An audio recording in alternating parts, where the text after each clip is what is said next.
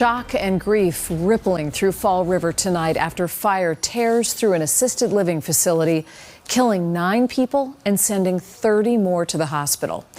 Last night's disaster at Gabriel House is the deadliest fire in Massachusetts in decades, and we're just beginning to comprehend the toll. Thanks for being with us tonight. I'm Lisa Hughes. All 9 people who were killed in this fire were over 60. Firefighters say their age and limited mobility made them particularly vulnerable in an emergency. Tonight, we'll show you the scale of the response to this crisis. Survivors recount the moments of terror, and loved ones remember the victims. While the I-Team is digging into the inspection reports from Gabriel House, and members of the Fall River community are working together to support the people who've been affected.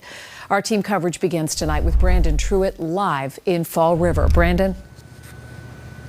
Well, Lisa, it would be hard to overstate how devastating this entire ordeal was. If you look at the structure tonight, you can see it remains intact here. Really, it's just boarded up there. The damage mostly on the inside when the smoke filled the hallways there. As you mentioned, a lot of the people who lived here had mobility issues. Some couldn't walk on their own, so getting out was a struggle.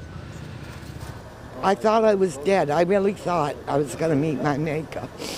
I did think that. In some ways, the reality of what's happened is just setting in.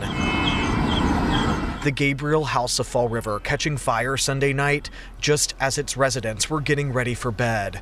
Albert Almanza heard the commotion and opened his door. All the smoke from the hall were right in my face, and all what I could do was just stand there and choke. I yelled, "Help, help, help," and the fireman came up the ladder, broke the window and got me out and carried me down the ladder. Dramatic video shows firefighters swarming the assisted living facility. In all, 50 responded, 30 who were off duty. While some rescued residents through windows, others went inside and faced the smoke-filled halls. I went in, I didn't have an air tank or anything. First room empty. Second door I kicked in, body. Next room empty, next room body. 9 people died in this fire. The oldest, 86-year-old Eleanor Willett, her son getting the call just before midnight. I'm very religious, yeah, and but very outgoing. Me, I'm all right now. I don't know what it's going to be like later, like maybe when it all sinks in. And then there was 78-year-old Richard Rochon, family of the Vietnam veteran, left shattered. I had my breakdown, but right now I'm just trying to be strong for her because that was her brother. 30 residents were taken to the hospital, most from inhaling the smoke, but one was critically injured.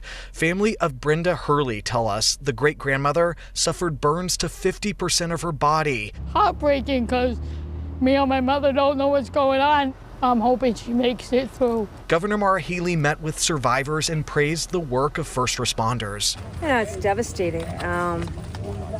And I just think through what these people went through. By dusk Monday, the site of such horror looked like this. Boarded up windows and doors, the place wrapped in caution tape. Residents say they lost everything: clothes, money, medication. Many of them lost their friends. This close-knit community ripped apart by tragedy. They both tell me every day they love me, and I tell them I love them. 5 firefighters were injured in this tonight. All of them are out of the hospital. Residents tell us they saw the sprinkler system turn on through this, but tonight it's unclear how it all started. The state fire marshal is investigating. We're live in Fall River. Brandon Truitt, WBZ News. Brandon, thank you. After a tragedy like this, it's not uncommon to scrutinize what went wrong and how it might have been prevented. The Firefighters Union says the Fall River Fire Department was understaffed. Had they been staffed properly up to national standards, there would have been 8 more firefighters effecting rescues here last night. There's no doubt that would have made a difference in the amount of people that we lost to this terrible fire last night. The union's general president called on Fall River's mayor to add firefighters, but the mayor insists it wasn't his decision. As far as staffing with the fire department, we staff to the number the chief gives us. I don't set the number. I don't know enough about fire department staffing. I can't figure out how they work those shifts, so I don't know enough about it. But he asked for a number, we gave it to him. The National Fire Protection Association recommends 4 firefighters per company. The union says most Fall River companies operate with 3. But the president of the Massachusetts Fire Chiefs Association says many departments across the state struggle to meet that ideal standard. Families are also asking whether Gabriel House was prepared for an emergency. The state last inspected the facility nearly 2 years ago, and it was due for another review this fall. WBZ's chief investigator, Cheryl Fiandaca, looked into the records. The aftermath of the deadly blaze at Gabriel House shows charred windows where residents tried to escape. But not everyone was able to get out alive. And I hate to say it, it's a tragedy that could have likely been avoided. Avoided because the advocacy group Dignity Alliance has been sounding the alarm for years. Their population is ever more looking like a nursing home population, yet they don't have the same extent of regulations and oversight.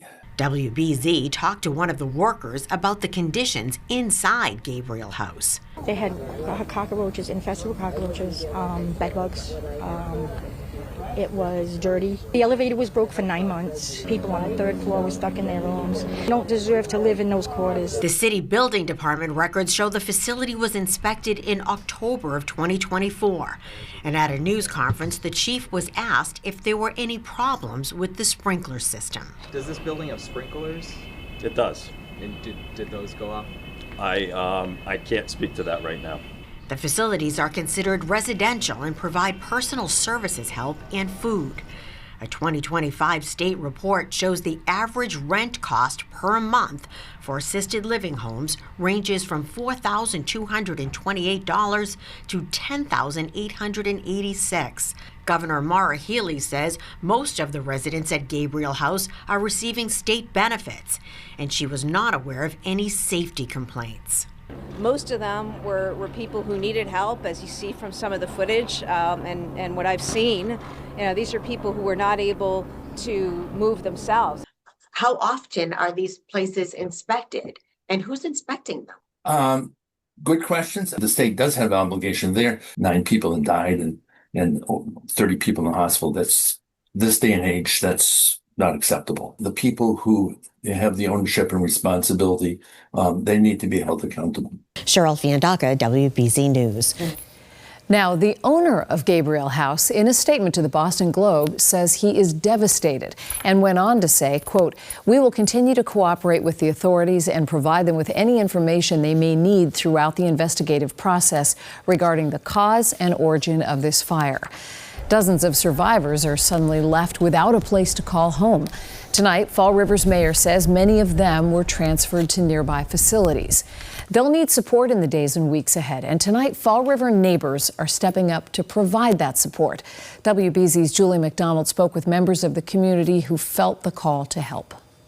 There is a heaviness that hangs over this community as it grieves for the victims and survivors of this nightmare. But even in that grief, there's such an eagerness to help. People lose everything, and it's not just the tangible items, but it's the pictures on the wall that they'll never get back, and it's just horrible. Outside a Fall River shelter Monday, where survivors of the Gabriel House fire now see comfort and some sense of calm, there was no shortage of helpers, first responders, volunteers, Good Samaritans. Some carried essential supplies, others stood by, simply offering their caring company. We don't have the best reputation here in Fall River, but when something happens to our own, we rally and we support that person. So we've done it time and time again, and this is on a grander scale, but we'll get it done for sure. All across the city, organizers are springing into action, ready to wrap their arms around these survivors. Strangers, but neighbors just the same. This kind of need has been Sharon Furtado's mission for many years. I know people love to help by giving clothes and things like that, but these people don't need that right now. They really need monetary donations.